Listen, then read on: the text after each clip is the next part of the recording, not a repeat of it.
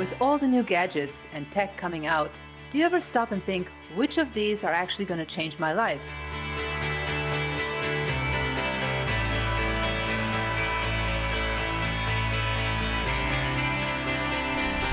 So it's so exciting to share with you our first stage documentary series. Who we are? We are GST Media Production Company. What does it mean, GST?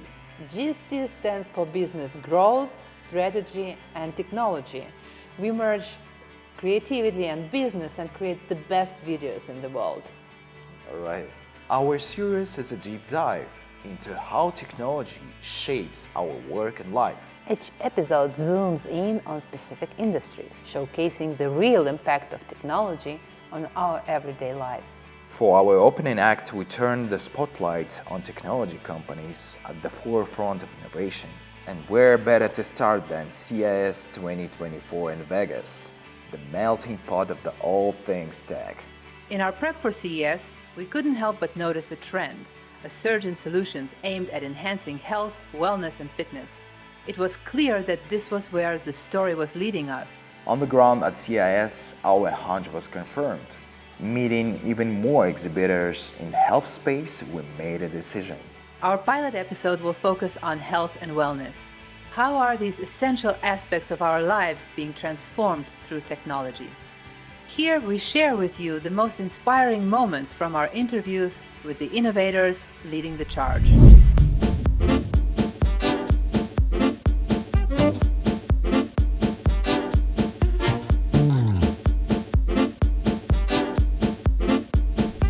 There's a risk that older adults will confuse the boundary between this product being real and an AI. And we made sure that LEQ always represents herself as an AI. How do you control people's data? And how do you leave the older adult in control? And what we decided to do is that every single time, LEQ will explicitly ask for permission. So she will say, listen, I think your doctor needs to know this. Do I have your permission to share it with him? One of the bigger issues and the biggest problems there is today, for example, when you ride a motorcycle, is that when you need to get information, data, whatever, you need to look down. You're not looking at the street anymore. You're riding very fast. This is very dangerous. And there are a lot of accidents happening because of that. Actually, motorcycle accidents are much higher than regular car accidents. And by being able to project the information on the street while he's riding without the necessity of looking down, that's very impactful.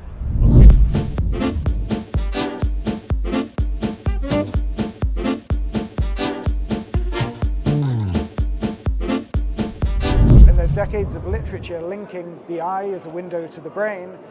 Of course, in a world of AI data-driven healthcare, these type of tests have no place. And so we're automating and standardizing those tests using the VR headset, using high-frequency eye tracking to look at the eye reactions, and then providing doctors with the data based on that.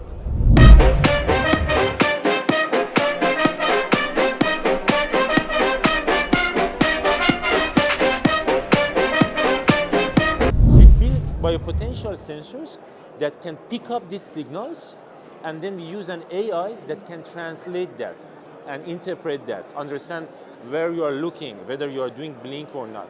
So we can pick up brain signals, eye signals, and facial gesture activity. Because you move your head to move the cursor and you blink to click. But we can make smart hearing aids that have brain sensors to understand users' attention.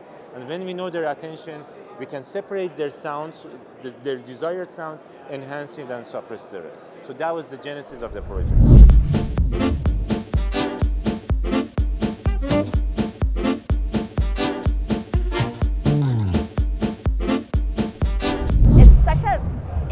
Problem that a lot of people don't, a lot of women don't talk to their doctors, they don't talk to their friends. So we wanted to come to a consumer show to be able to reach the consumers directly. We're tackling the issue of inclusivity.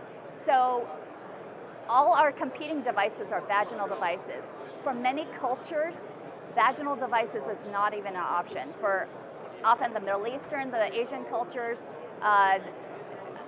vaginal devices are just a taboo. You don't do that. And so they're left without a treatment. So because our device is completely external, we're including them.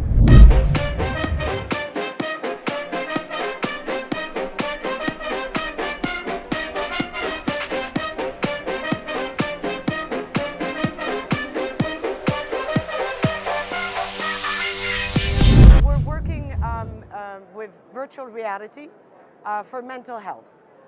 There is two things. There is Social Dream that he's been doing for the past 6 years. Then he realized that the virtual reality headset are not very suitable in the medical environment. It's difficult to put it on the face of someone that is a bit scared, stressed, kids, whatever. So that's how he came up with DreamSense. He's trying to find a solution that is putting a bit on the side, a little bit on the side, the medication, real medication, and try to use more of technology, arts with images, because it's art, it's, you know, showing the world.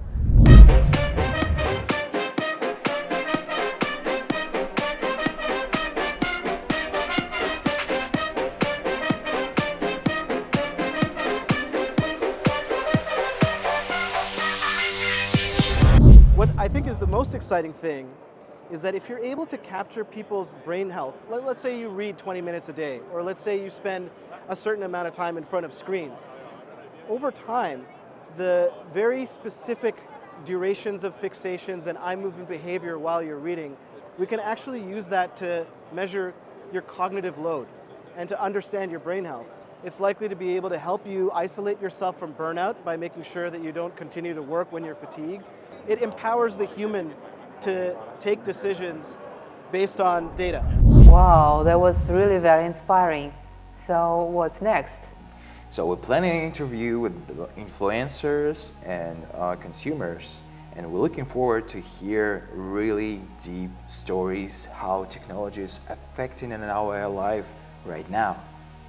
And we will be happy and honored to share all our stages here with you. Stay tuned. Yeah.